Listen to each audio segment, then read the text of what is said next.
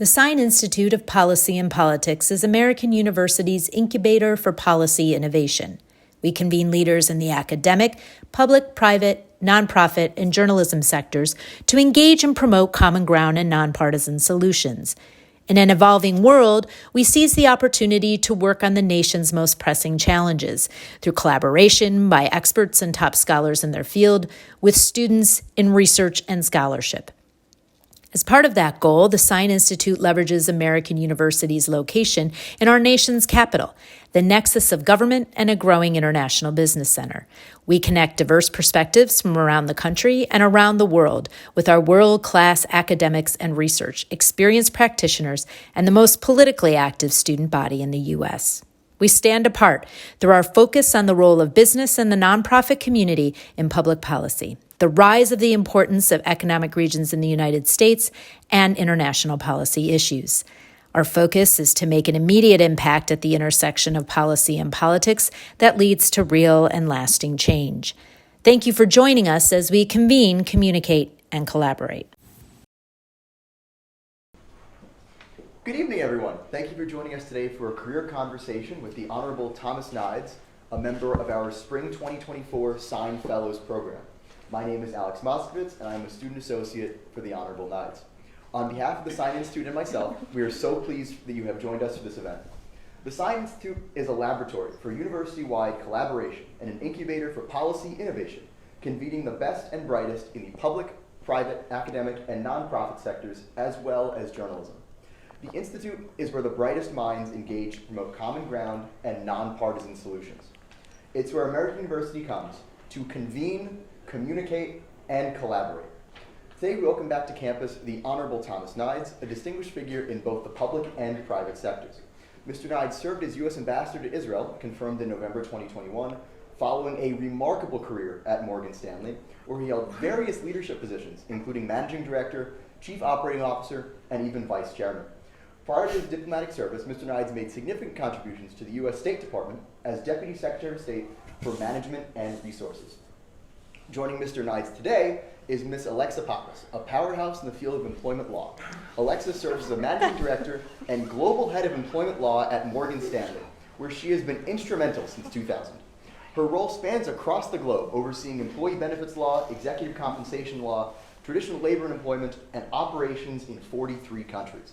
Alexa is not only a key member of the Legal and Compliance Management Committee, but also contributes significantly to the Human Resources, Risk, and Management Committees.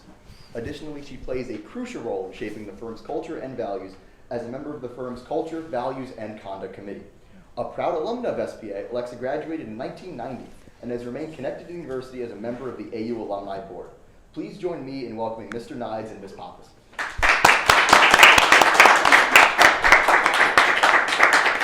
That's quite an introduction. Thank you on behalf of Tom and I for those kind words. Exactly. I really couldn't be any more thrilled to be here back on campus at AU. I had such a transformational and wonderful time as an undergrad here, and now to be able to introduce my good friend Tom Nides to you. I really can't think of a better example of outstanding leadership, and it was my great privilege to be counsel for Tom on employment-related matters while he was at Morgan Stanley, and it was really just such an honor to be in the room with him and watching him work. So I think it's a wonderful opportunity for the students today to hear directly from you, and I want to start off with basic question. Most humans like to run from or avoid controversy. You seem to run to it, and what is it about that kind of situation that draws you, and why do you think you've been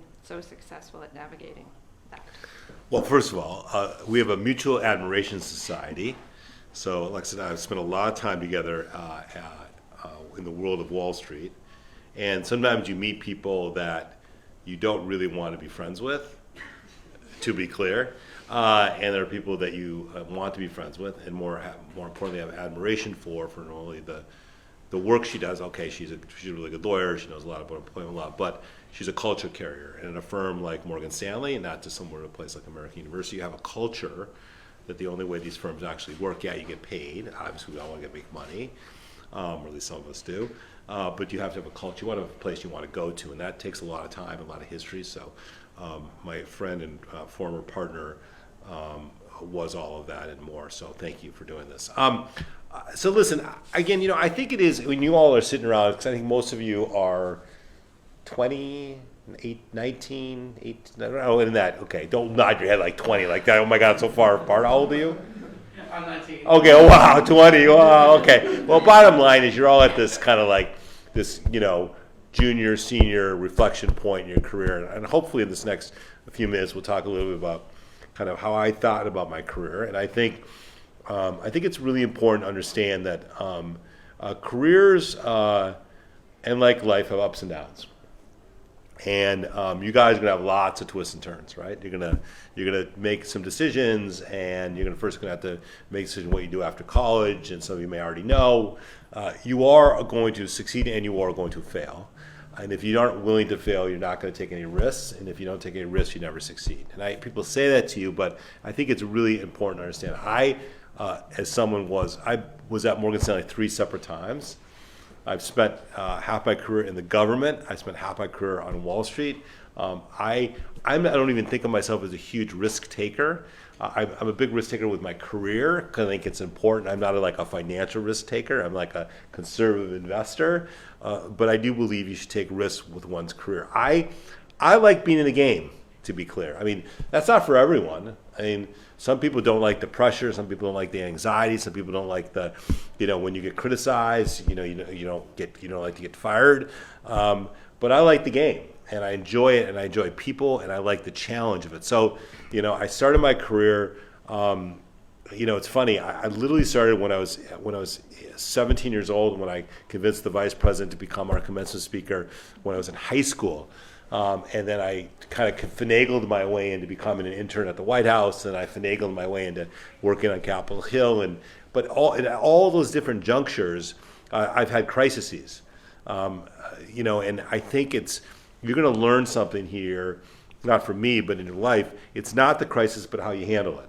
Okay, and that's going to be really clear for all of you guys when you think about your career, because you're gonna have a boss you hate. I assume all of you might get fired or laid off at some point in your career. You're gonna feel like you're not being paid enough money. You're gonna feel like you're not. Where's my life turning to? I mean, I listen to my kids. I have a 24-year-old and a 29-year-old every single day. The psychiatry that I have to deal with, and the reality is, but we're all the same. Just about, you're not alone. We've all, and I'm sure Alex will tell you the same, we've all had these career crises, and what do we do, and how do we handle it? I mean, I'm 63 years old, and I still am doing this, right? I'm still like, oh my God, how am I going to spend the next 5 years? And my kid says, your life's over, who gives a crap? And I'm like, that's not very nice, but the president's 81, so I think I've got 2 or 3 more jobs left. So, oops, I shouldn't say that. This is on tape anyway. Yes. So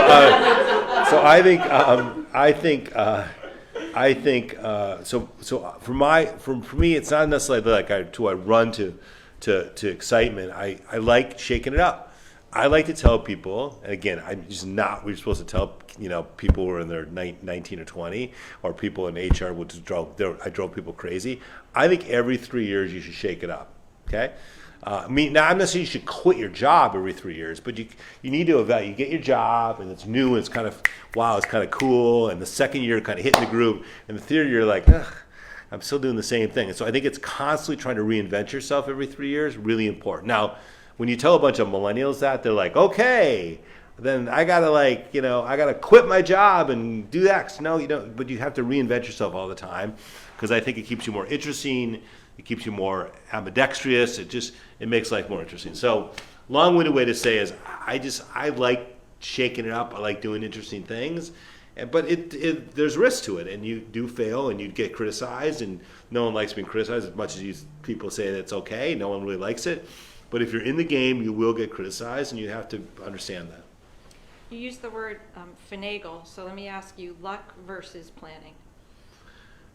Well, first of all, listen, to be clear, I grew up with no cash. Okay, any of you guys on Pell Grants?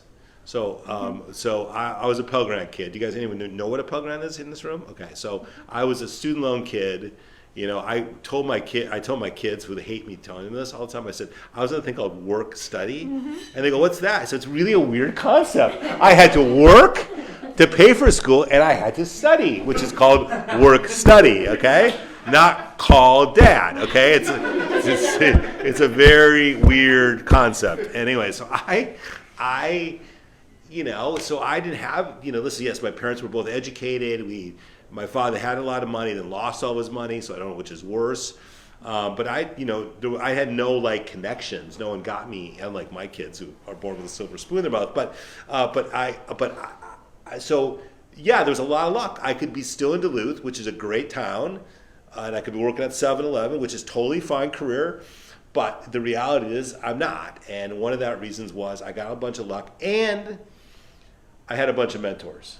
Okay? Mentors are really important. And I think, what I mean by that is that relationships are really important. One of the things I think I've done a good job on is I have long-term relationships. I don't collect people. I mean, yes, I know a lot of people. You know a lot of people, but I try to have a deep relationship with people, because then it's real, not this kind of BS. People are like, oh, my contacts are gonna run around and get people's names, and then no. You can do a little bit of that, but you got to go deep with people. I'll tell you not so funny story, but a sort of funny story. So the guy who got me the vice president to speak at my high school graduation, 50 years ago, a guy named Mike Berman. Mike's parents owned a dry cleaner in Duluth, and that's how I got to know. I didn't know Mike because Mike was much older than I am, but I was harassing him to get Mondo to come to my high school. He came, and he's the one who basically took care of me, gave me the job at the White House, and then all along the way. I then, of course, moved to Washington. I get married. Mike, again, was probably 30 years older than I am. I asked him to be the godfather of my kids. He's the godfather of my kids. And I talked to Mike Berman every single day for almost 40 years. Mike passed away about a month ago. I'm the executor of his will, right? We're doing his funeral service or his memorial service next week. I'm the MC with lots of members of Congress, lots of families, people. But my point about the story is not about me, it's about relationships. Relationships are really, really, really important, and they can help you in your career. It's not just when you need things. One of the problems people make a mistake. There's nothing that drives me crazier when I get calls from people only when they need things. Picking up the phone and calling people and just checking in and having a relationship with people is really important. You send me emails once in a while, and I'm like, wow, that's nice. You're not calling me like, hey, can I, favors are fine. I do favors for people all the time. I don't have any problem with doing that. But I want to have relationships with people, and I think your message for you so part of this is luck, sure, because you can get hit by a car, God forbid, or God, something tragic could happen. You could get sick. You could but you do make your own luck. Mm-hmm. You do make your own luck. You set yourself up. You make your own luck. You guys are getting a good education. Someone's taking care of you. You get a good education. You guys are the lucky people, right? But you make your own luck. But you have to take some risks to make that luck as well. I was telling Amy this story about how I was sitting on the sofa watching TV with my girls and my husband, and Biden comes to Israel, is on the news, and there's Tom Nides, and I sent you the text. Gee, Tom, you look a little stressed on TV. Well, I'll tell you a funny story about this. So Biden, came to Israel for the 10th time, okay? And these trips with the presidents are just insanely stupid, okay? First of all, there must be 3,000 people that show up in advance, right? They fly the cars over, the limousines, the helicopters, all the communications, all the water, they bring their own gas from Washington, right? I mean, because they're not worried about the gas in the cars and the limousine. I mean, you have no idea, okay? And so and everyone's gets all whacked out, and so we decide that he's going to arrive at 3:00 in the afternoon, which is the hottest possible time to land in Israel in the middle of the summer, okay? At Ben Gurion Airport. So there I am standing on the tarmac. So I'm at the tarmac. That's where the photo was. So it's me, President Herzog, who's the president of the country, Prime Minister Bennett, who had just given up the prime ministership to Prime Minister Lapid. So we're all lining up on the tarmac. And the Air Force One lands, and he comes down the stairs, and all I'm thinking is, God, he cannot trip down those stairs. And it's so hot, like so hot. I'm like sweating through my shirt. And all I'm thinking about is what idiot decided to do this at 3 o'clock in the afternoon? I realized I was me, but that was when they took the photo, and I was so nervous. I just wanted to because he had to speak in this massive heat, and you can imagine, you just get off a 14-hour flight, not young, and and I was like, and he's speaking to the camera, and I'm just like, I just want to get this thing over with. But that was when they took the photo of that night. That's when you texted me. I thought, that's cute. I hope you don't play poker. Yeah, I know. I was like very unhappy about that evening. I was like, get me out of here. But anyways, that was very funny, actually. So I've had the good fortune to be in the room with you when there have been some incredibly tense moments. You have been on the sort of precipice of history in some circumstances. How do you navigate those high emotion, sometimes scary moments? What do you draw on to be so effective as you are? Well, first, I know how effective I am, and you were in the room with me, so you know this as well as anyone does. I think, I guess, and I said this before, it's never the crisis, but how you deal with it, okay?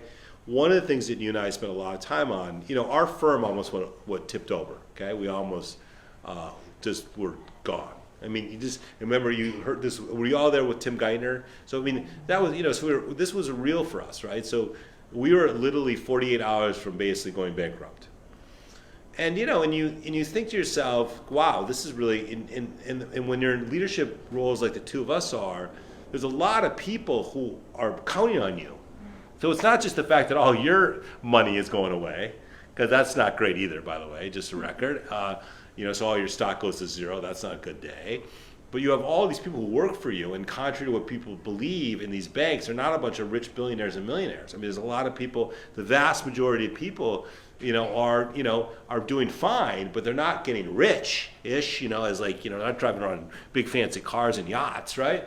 And you realize these people are all going to be unemployed, and this is going to be just a major crisis. So during that crisis, it really took you had to show positivity. You had to show they were to get through it. And so when you're dealing with the crisis, at the same time, you have to present like everything is calm. It's a very complicated way to do it, because people need to feel your strength. I also think, I think one of the things that I've learned over the period of time is that, first of all, you have to speak truth to power. I think it's a very interesting thing. You guys are too young for that, but people want people to not just suck up to them all the time. And I think we both worked for a guy named John Mack, who's this legend on Wall Street, and had a legendary temper, but a lovely human being. But he had one of these ridiculous yelling temper things, like Bill Clinton. Bill Clinton had the same thing a little bit, but you know what I mean, but then he forgot about it, right? Didn't hold a grudge, but he just basically and I was the one guy who basically would just scream back at him, because I could care less, right? I don't want to suggest you doing this right away in your careers, but my point is, but I do think people want people with opinions, okay? They want it when you say, hey, how am I doing? And you say, oh, you're great. Okay, you can do that the first, second time, but the third time you say, this is what you do. You do this with Eric. You're like, no, you know what? That was not. You don't have to do it. You don't have to embarrass anyone. But you say, listen, I don't think that was great. You can't do that all the time, because then you just are just annoying. But once in a while to have an opinion. And so one of the ways in a crisis, it's really important not only to be positive, but also to tell people that the emperor doesn't have clothes. And sometimes the emperor doesn't want to hear that. And I think that's an important part of leadership. That's an important part of how you build your career and you build your credibility, which I think is really important. I always felt like I had nothing to lose by telling the truth. Yeah, right? I mean, it's listen, we're not dumb guys. I mean, we don't want to lose our jobs, right? I mean, I don't go around insulting people all the time, but I do listen, obviously I'm a little different age than you guys in this room, so I accept the idea that it's easier for me to do it because I'm not poor. So, but the flip of that is, you have a career and you don't want to be a jerk, but on the other hand, being straightforward is not a bad quality. Even when I was just starting out in poor, I figured, so I'll go home and live with my parents again. Yeah, well, you were smarter than I was, but. What do you look for in a staffer? What makes a really valuable value add help. Number one, number two, number three, attitude, okay? I want a really good attitude, okay? I am not a jerk. I'm not a shithead. I don't expect people who work for me to be that, okay? Listen, don't misunderstand me. I don't really have a terrible temper. I mean, I get a little moody, but I don't like, so I expect the people who work for me have a really positive attitude about, I want them to work hard. I mean, I'm not a, don't misunderstand me. Working for me is not a picnic, but I want people to work. I've had very few people that have quit on me. There's very few people who will say I'm a jerk, but I think I want people who have a good attitude, want to do well, are just nice people to be with. No, I'm also a snob when it comes to intellect. I don't want idiots working for me. Just by the nature of, it's shocking. I didn't go to the best school in the world, but I like people who have done well. I want people who have academically done well. I want people who can write well. Okay, I assume that you get, I've hired lots of people in my career, as you have. I've fired a few, but not that many. So attitude is really important to me. Okay, I think that's, someone who wants to go for it, does the right thing. I tend to hire. I usually have an analyst or an associate that works with me just directly. I have an assistant, but I have an analyst, and I just hired someone again, and the same idea. This guy asked me what he wanted. I said, listen, I want someone who will just dive in, do the things, have a good attitude. Do not if I ever find you picking up the phone and calling someone and saying, I'm calling from the vice chairman's office of Blackstone, I will wring your neck. Okay. That's not how I roll. I want you. Yes, you're more than happy to say, I'm calling for Tom Nides, the Honorable. But I want people to be respectful, and I want people to have a good attitude. I want them to be smart. I want them to be driven. But the attitude to me is really important. And by the way, people want to be around positive people. I tell my kid all the time, I have a son who's a lawyer at Davis Polk, and my daughter works at Saturday Night Live, which is kind of cool. And I tell them, people want to be around people with good attitudes, that are positive, who are generally enthusiastic, who are and it's hard, right? These jobs suck sometimes, and you're grinding them out, but that's what people are attracted to. Generally, people are attracted to positive people, so positivity is an important part, even though you may not feel positive all the time, but positivity is a really good career motivator. We talked about networking a little bit. Yeah. I do want to talk about it a little more because it's so important. Yeah. I grew my network organically because that's what worked for me. Going to cocktail parties and just working the room wasn't my thing. Yeah. I worry that when we're educating folks entering the workforce, that they have a perception of what networking is. So maybe you can talk a little bit more about how you built your network. Yeah, it's interesting. Maybe it's because, listen, I'm an introvert. No, I'm not. I'm an extrovert. Okay? So it's easier for me. But my wife is actually more of an introvert. My wife is a big hitter. My wife runs CNN, so she's she has a big extroverted job. We've had a CEO at Morgan Stanley, James Gorman, who was a great leader, but he was more of an introvert in an extroverted job, right? So some of us inherently, I get my energy from being with people, okay?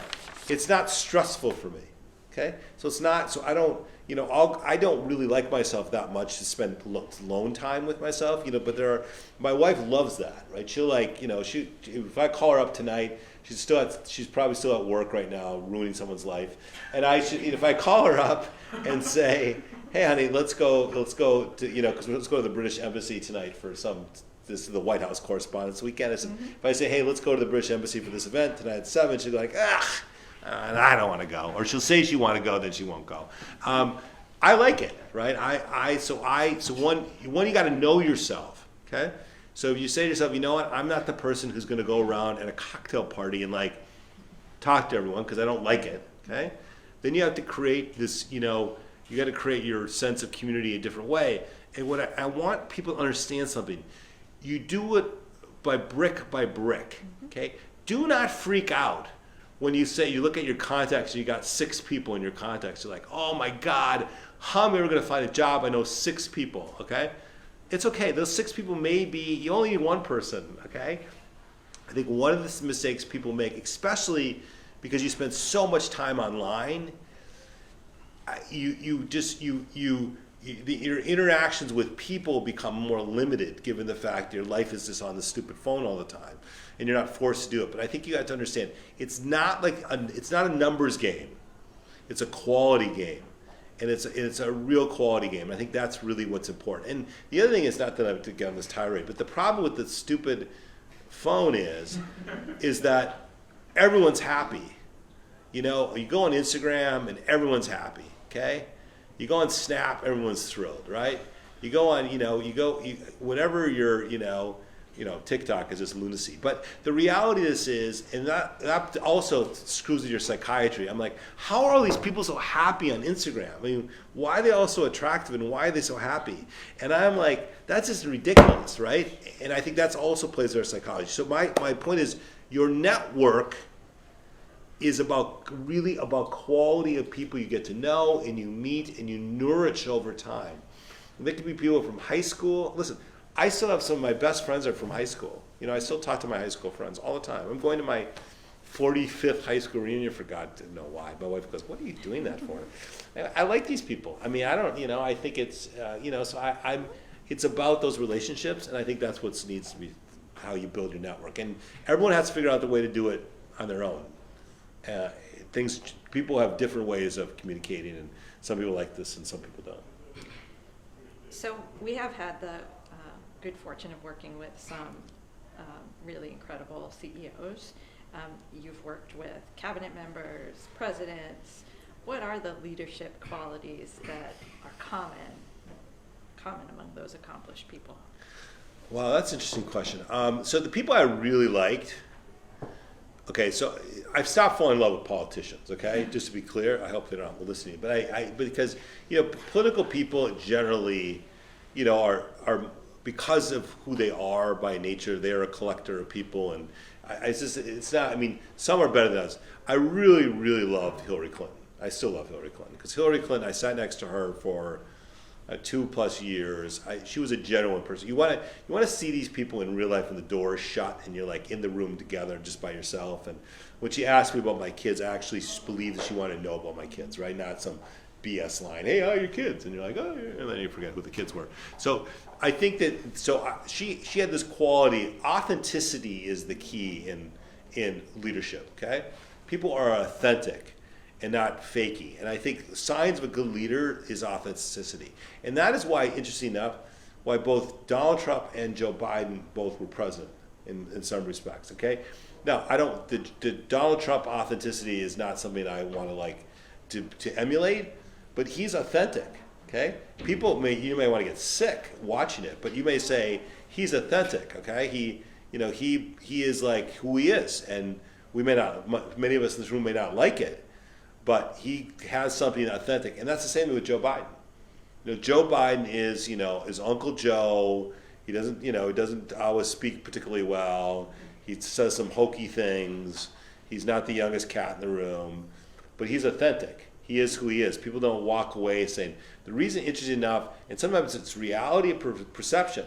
Secretary Clinton, who I adore, and she was the most authentic, in my view, more authentic than even her husband was in some respects as a person, but the perception was that she wasn't authentic. And so the perception was that she was aloof and she was cold, and it's just not true. And so I think authenticity is the key of success in leaders, because people can clue into that.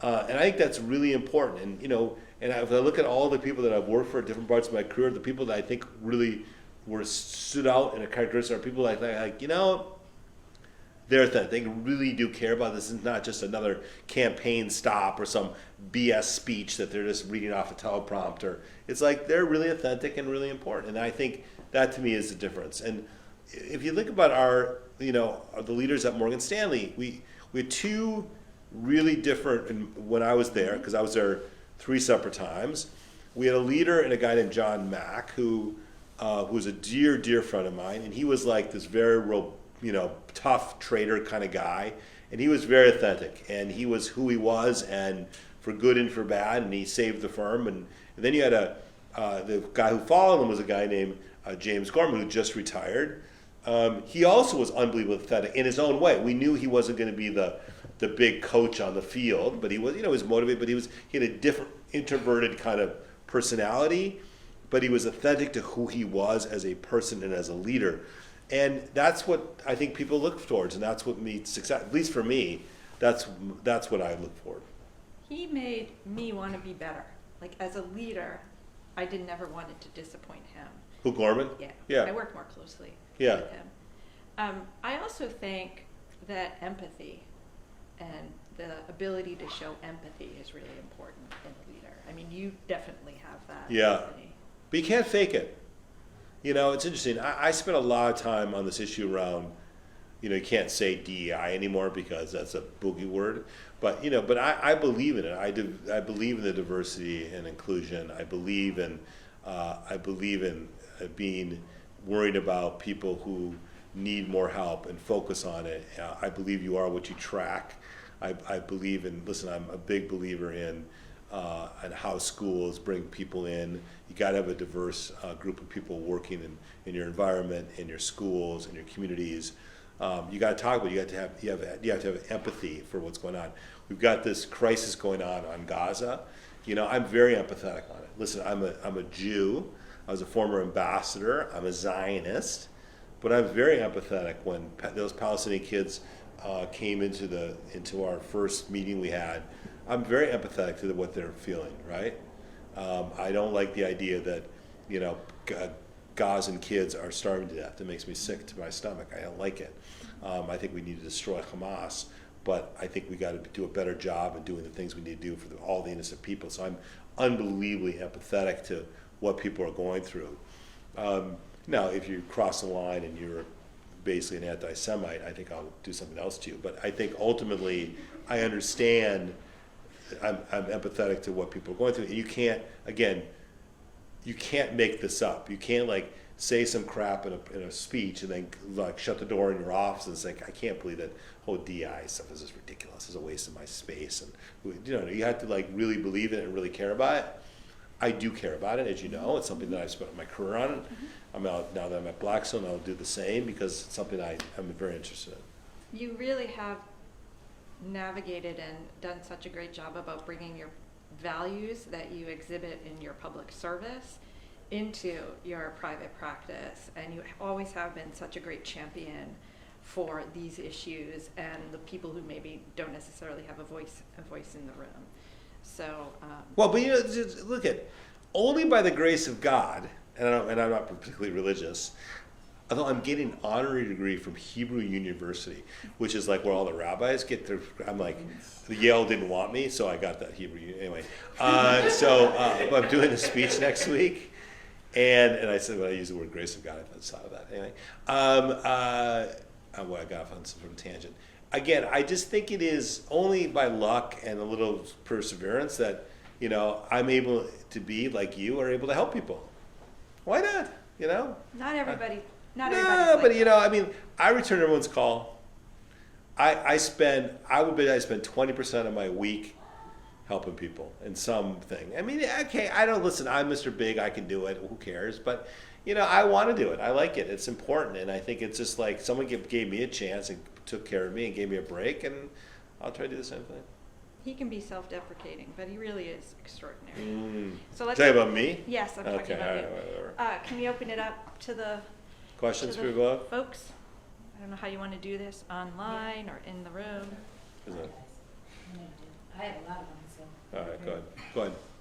I was wondering, so you've been in situations throughout your career where you've been tasked with overseeing either a lot of money or a lot of lives, and I'm sure that's very stressful. And so I'm wondering, how do you navigate through that? And if the answer is you don't, how do you navigate through the lack of calm? That's a really good question. I was thinking about something. This morning I was thinking about, when I looked at this on my schedule, I was thinking about what I was going to say about, lessons I've learned, a couple things to do, not to do, okay? This is a non-sequitur. I'll get back to your question in a minute. But try never to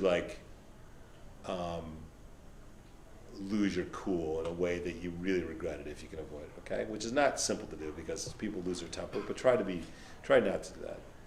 Never cheat on your expenses, okay? It's really funny, I say that because I was thinking about it today, because I'm like a stickler on my own, not about people who work for me, but what I do, like, and I know that's kind of a silly thing, but it's gonna be, you guys are gonna have this in your careers, you're gonna like, should I charge that like, extra, it's out, the things that get you in trouble are the little things. You're never gonna get like in trouble for something big, but you're gonna do something stupid like, charge a meal like you shouldn't have charged, or just don't be an idiot, okay? I mean, and I say that because I was just trying to think about lessons that I've learned. Try not to lose your cool. Don't cheat on your expenses. Take some risks with your career. Have a really good attitude. Build a network without making the network like real. Okay, your question. I don't really know, actually. My biggest, I've had a couple of really, really scary times in my career. One was the financial crisis, where I just felt like that this was like really spinning out of control, that we could literally be out of business, okay? And I really, that was a big moment in my life, and I think it was an important learning moment because we got out of it, right? We succeeded, and Morgan Stanley became a bigger and better and beautiful firm, and everyone got their jobs and kept their jobs. So that was a big crisis. Another big crisis was this thing called Benghazi. Maybe you may remember this. It was, I was the Deputy Secretary of State. If you remember, an ambassador got killed in Benghazi. That ambassador had been in my office a week earlier. I was, I was one of the people who were responsible for the security of the State Department, right? And so I was the one who was on a hot seat to testify about Benghazi. Now, the Republicans tried to create a conspiracy that there was some sort of concocted that we were hiding everything, which drove me a little bit crazy. But Bill Burns and I were the two people who had to testify for 18 hours on Capitol Hill. Bill is now the head of the CIA, and he was the Deputy Secretary of State. When I was Deputy Secretary of State, we were two deputies, and he worked together, and so we both spent a lot of time. That was a frightening moment for me, not because we didn't do anything wrong. It was like these are people's lives. I just wanted to tell these people, what's wrong with you? What's sick thing that you are accusing us? I'm as upset about the lives lost as you are, and you're trying to make political hay out of it. The Israel stuff was a whole nother set of experiences. You're the chief of mission in a mission of 2,000 people. We have one of the largest embassies in the world. They're all under your command, whatever that means, your directive. You're making decisions every day about their lives, about what you're doing. Now, I don't overstate my importance. We have a lot of really great professionals who manage everything. So I don't know if there's any single characteristic. You got to bring really good people. You got to rely upon really good people, and you got to support them. And they're going to make mistakes. One of the things when you're a leader, you got to realize that people are going to make mistakes, and and if you basically just jam them every time they make a mistake, they're just not going to be any good. And so part of my being a leader is to let people, do a good job. Now, if you make too many mistakes, I'll fire you. But if you make mistakes, you gotta get it done. And so I think the only way to manage these things is to understand that. But you're right. It's when you look back at different points. I'm going right to our movie. I'm not going to do the book. I'm going right to do a movie. I'm joking. I'm not doing a movie. I'm doing a book. But I think it is. But I do think these lessons are interesting as you think about as leadership and as you think about the future. Yeah, please. So in a lot of our career conversations, we talk a lot about like mistakes that happen and how people come back from them and experience them, because like when you're, these guys' age or my age and you make a mistake, you really feel like it's the end of the world. Can you talk about a mistake that you made like early in your career or later in your career, just something that was important, and how you recovered from it? Oh God, I've made so many. I think, let me just, I gotta be careful because it's online, but anyways. So I, literally like 6 months ago, I came back from Israel, and I was trying to figure out what I was gonna do. And, I've had a good run, and because I'm a relatively easy hire, I was trying to decide if I should go back to Morgan Stanley or go to a bunch of banks. So And I ended up taking a job in another financial institution, not the one I'm currently in. Great institution, great CEO, great institution. And I was only there for like 3 weeks, okay? And then October 7th happened. And part of me was like, wow, I should be back in Israel. Why am I doing here? Why did I make the decision going so quickly to this job? And I quit after 3 weeks. Now, and I was a big hire, so it wasn't like it was not a normal thing to do, and it was all on me. They were great. The CEO's a great guy, the company's a great company, but I quit, and that could have been an enormous problem for me. Okay, just because first of all, I let a lot of people down. They made a big deal of me coming, and I basically just fessed up right away and just said, listen guys, I can't do this right now. I'm gonna go spend the next 3 months, 4 months working on the Israel stuff. I feel really compelled to do it. And I sort of ripped the Band-Aid off, okay? My lesson there is just, I could have just festered and, just went through the motions and get more people upset at me and I decided, you know what? Do it, okay?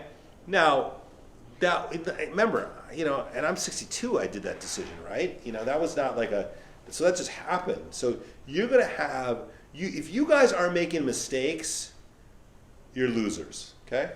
I mean that by that. I don't mean that, you're going to make a bunch of mistakes. And I said this at the beginning. It's not the crisis, but how you deal with it. You're going to have big crises in your life, okay? Many of you probably already have. Some of you probably have lost parents or friends or family members, or you've had friendships that have broken, or boyfriends or girlfriends that have broken. We all have this crap all the time, and you're not alone. Every single person has it. She has it. I have it. We're pretty successful, right? It's going to happen, and as we get older, it's going to happen even more, and the consequences are going to be greater. And I think it's just really, you got to just understand it going in. It's going to really, really hurt. But it is how you handle the crisis, how you handle the mistake, how do you fess up, and sometimes the cover-up is worse than the crime. Okay? She knows this better than anyone does. The people that really get screwed at a place like Morgan Stanley or Blackstone are the people who make a mistake, they try to cover it up. Okay? And because their judgment gets foggy. If they don't find out, then if I do this, and the problem, which was a problem, becomes a huge problem. So if you make a mistake, or you don't do something stupid, fess up, remedy it. Yes, could you be in a situation you could lose your job over it? Maybe. But I'd rather lose my job than get caught and ruin my career. Okay? Because then it's an integrity issue. Totally. So I think it's just, again, you guys are sitting here hearing this. Oh, listen, my son's calling me right now. Isn't that cute? So I think it is. So I think it is just an important lesson for you all to understand. You're going to make a bunch of boo-boos, okay? You're going to make a bunch of boo-boos, and it's going to happen. And because you're going to take a job, your first job's going to suck. You're going to have a boss you hate. You're going to feel like you're in a dead-end career. How'd you get yourself into this? Wow, you're not motivating them at this No, but it's going to happen. It's going to happen, and then you're going to get like something. I know this. I've done it myself. I remember.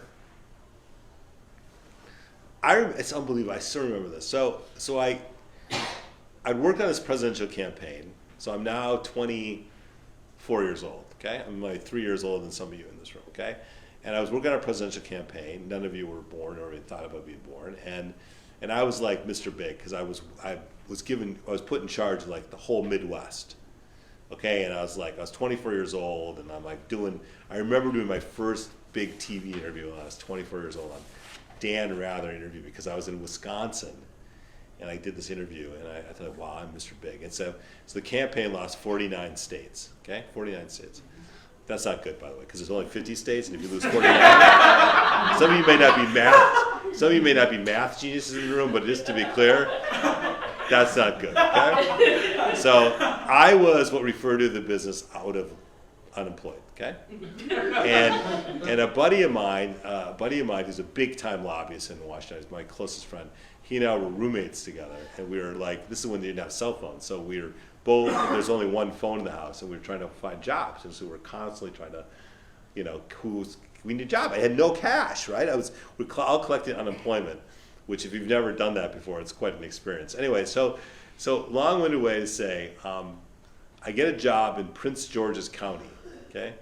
So, does anyone know Prince George's County? Okay, so here I have this crappy Toyota Corolla that I got used for like $700, and I'm driving and I'm like thinking to myself, from Prince George to Upper Marlboro. Have any of you been to Upper Marlboro?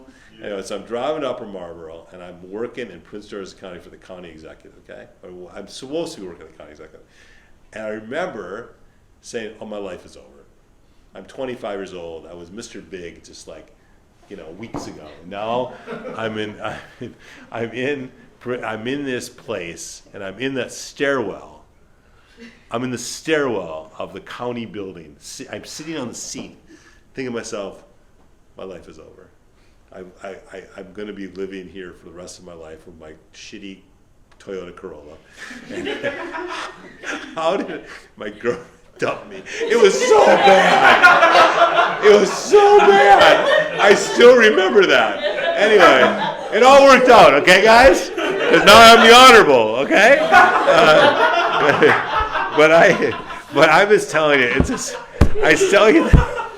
I can't. I'm telling you, I still think about that story all the time, and my kids. I remind my kids the story all the time. But I think it is just, it's important to understand. It's just, and you're gonna have some great experiences, and it's the way careers are, and that's how careers go, and that's the importance of taking a risk. And one day, and I was sitting in Prince George's County, and about a month later, or 2 months later, my boy Mike Berman, the guy I told you about.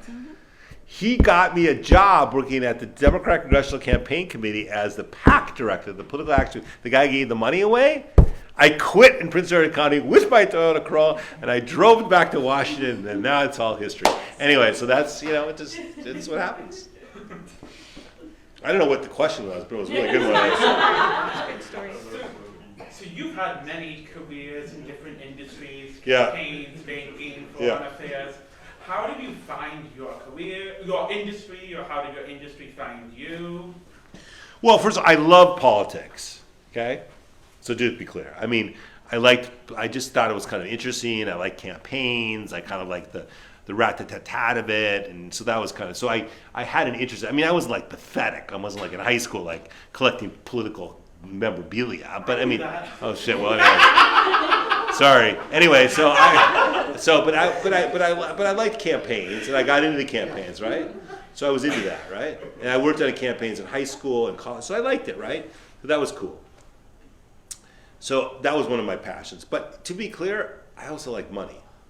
Okay? I mean, I'm one of those limousine liberal guys, So I like. Well, you have to pay off the Pell Grant. I mean, I pay off I had no cash, and I wanted money, and I like nice things, and I didn't want to and you guys will be making these decisions throughout your life, right? Because some of you will end up taking careers. A lot of you will be taking careers that, you'll have to decide what the motivating factor. If you're a teacher, okay, you'll make a nice living. But you're not going to be driving a Porsche, right? I mean, but I don't mean that. Some people are motivated by other things, right? Some people say, okay, I don't mind being miserable because I really want the cash, okay? Some people just don't want to be they want to be fulfilled, and they want, you got to have a living wage. You got to do well. I mean, society is completely screwed up, as you can imagine, right? So you get nurses who are making $80,000, and kids who work at banks are making $250,000. I mean, it's society, but that's a whole other conversation. But you get your fulfillment somewhere else. So you guys are gonna have to make these decisions, and it doesn't mean you can't switch around. So I've been in the government service thing, and then I went to the banking thing. You can move around and change things, but you gotta have a passion. You gotta be interested, and your interest will change, right? I mean, I remember, this is great. So my son, went to Duke, came out of school, and so nepotism isn't dead. So he went to work at Morgan Stanley, and he was in in fixed income. He's in muni sales. And like 18 months into it, he calls me up and says, it's really hard being your kid here, and I don't like it, blah, blah, blah. I'm like, I know it's really hard to be my kid. And yeah, sorry, born on home plate. Anyway, so he said, I'm going to quit. I said, well, you really can't quit. He goes, Dad, I want to quit. I said, well, what are you going to do? He goes, well, I'm going to go, can't believe he said it. I'm going to go study the classics of the books I should have read when I was in college and high school. I'm like, what? I may strangle you. He said, well, I talked to Mom already, and Mom thinks it's a great idea. I'm like, then I'm going to strangle Mom, and then I'm going to strangle you, okay? And so he resigns at Morgan, which really pissed me off. And he goes and basically, he takes photos of himself at some coffee shop with his glasses on the table with Mark Twain on his book. I mean, the whole thing just drove me crazy. Anyway, he did that for a few months. And then he says, I think I'm going to go to law school. So he gets his LSATs, and he does pretty well, goes to Georgetown Law School. And he's going to become a lawyer. So he becomes a lawyer at a law firm. And then about 6 months ago, he goes, Dad, I think I want to go back into banking. Okay?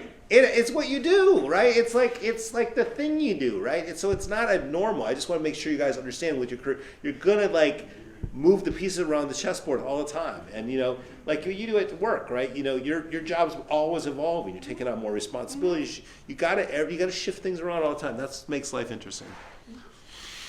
Yes, sir. I've got a question. So within your career, have you ever been in a position where you have to go against your superior because of your own, point of view? And how do you go about that? All the time. And you got it, I don't know if you were here at the beginning, but one of the things that we said, one of the bosses that worked in Wall Street was this guy named John Mack. He's this big old Duke football player, right? I mean, he's a great guy, but he's big and bulky and very intimidating. And he yells and screams and throws shit. This is kind of behavior. Anyway, but I love him. He's like my brother, or very much older brother. Anyway, just for the record. And I used to get in his face all the time. And I'm like, you're wrong. Now, I did it not in front of people. And he and I had a very special personal relationship, and he knew I was only looking out for his best interest. The trick is, you got to have a relationship before you start doing that, okay? So if you got this boss who's a jerk, but you have no relationship, you're 4 levels down, you've never spent any time with him, and you just walk in the office one day and say, you know what? You're an asshole, okay? Probably not the best way to execute that, okay? They're going to call me at that point. Yeah, right. Then you call the appointment lawyer and say, hey, but I think it is part of this is building a relationship, right? If you have a relationship and you work with this person and you they're doing something you fundamentally don't agree with. Now, there's a line between something that they're doing or versus something that's unethical. That's a different issue.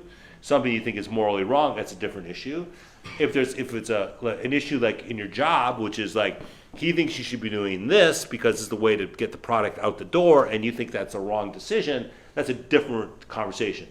If there's things that you think they're doing, their conduct is something that makes you uncomfortable, I think then you use all the resources around the system to help you do that, because that gets more complicated, right? And Alexa knows more about this than I do. One of the things she's really good at, people feel comfortable going to her and saying, listen, I got this crazy guy, boss, who's saying all sorts of insane things, and I can't confront him on that, but I need you to help me. Now, it's complicated. You got to do it the right way. You got to use counsel. You got to be smart about it.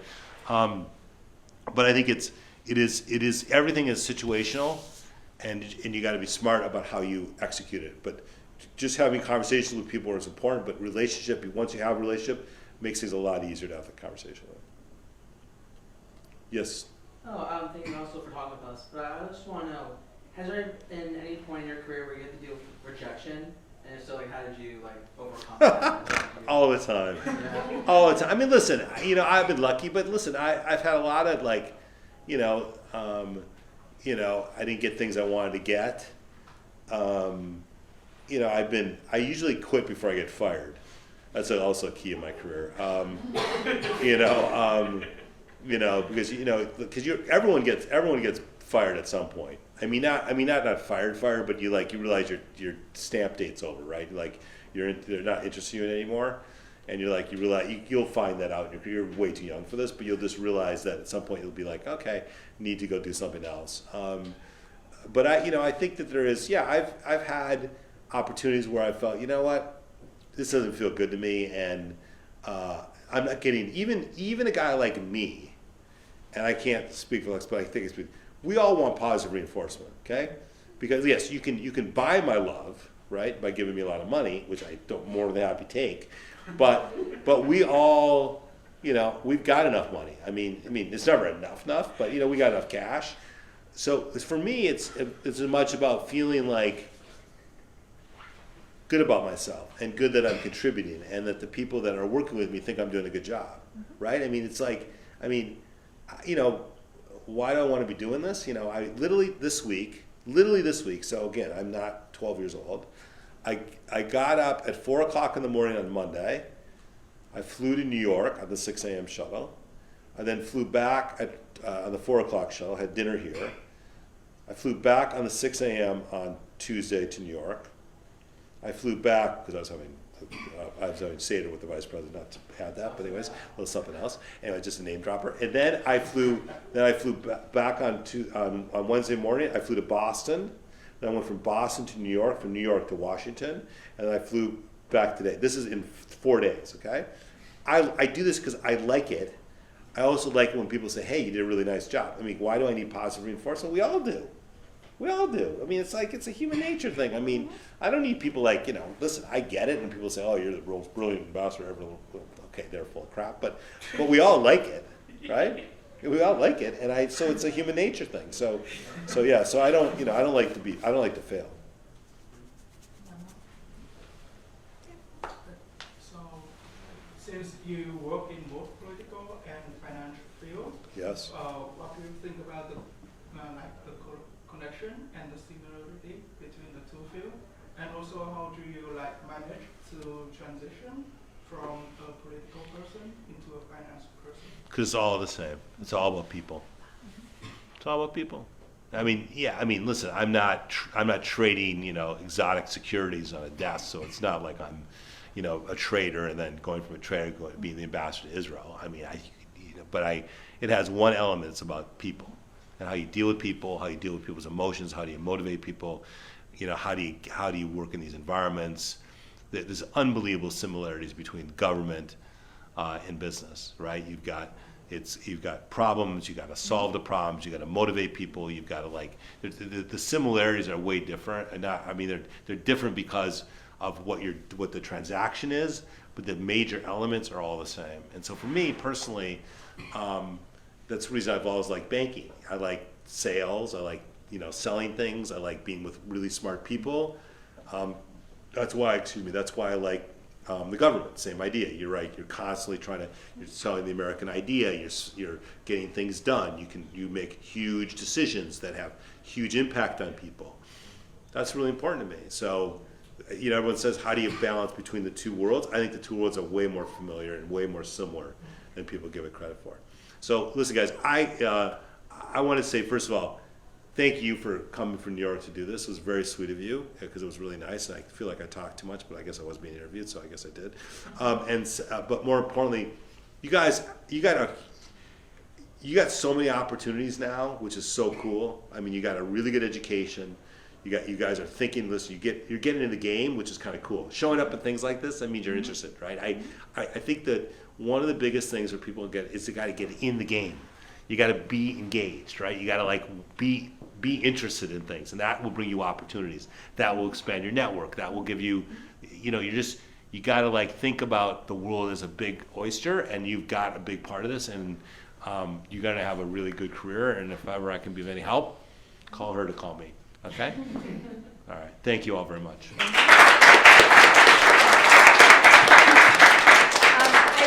I just want to thank you both so much. And Alexa, you coming also just shows that the opportunities as an American University graduate, we're really proud to call you an alumna. And thank you for all the work you continue to do for the university. It's great. Tom, I know I said, and it was off the record, you were my favorite. So Yeah, okay. George She said the George Carrie. She said the Carrie Fisher too, by the way. I saw you on video. You said about Carrie Fisher. Yeah. It's really mean. Nice. It has been. Governor Hogan. And we still have one more tomorrow, so we'll see what I say. But I just want to thank you so much. And I think this is one of the greatest career conversations too. I learned a lot, and just your ability to like be willing to have this conversation with us and to be just so open and authentic and transparent about it. We've been honored to have you here as a fellow. Your time here is done for this semester, but we. Say once an eagle, always an eagle. You're an official eagle now, so we really appreciate you. I just want to also thank the Alumni Association and the Career Center who partner on these programs with us. We're going to make this conversation available throughout the year to come and for others to learn from. So thank you both very much for your time. You're welcome. Thank you. You are very nice. Thank you.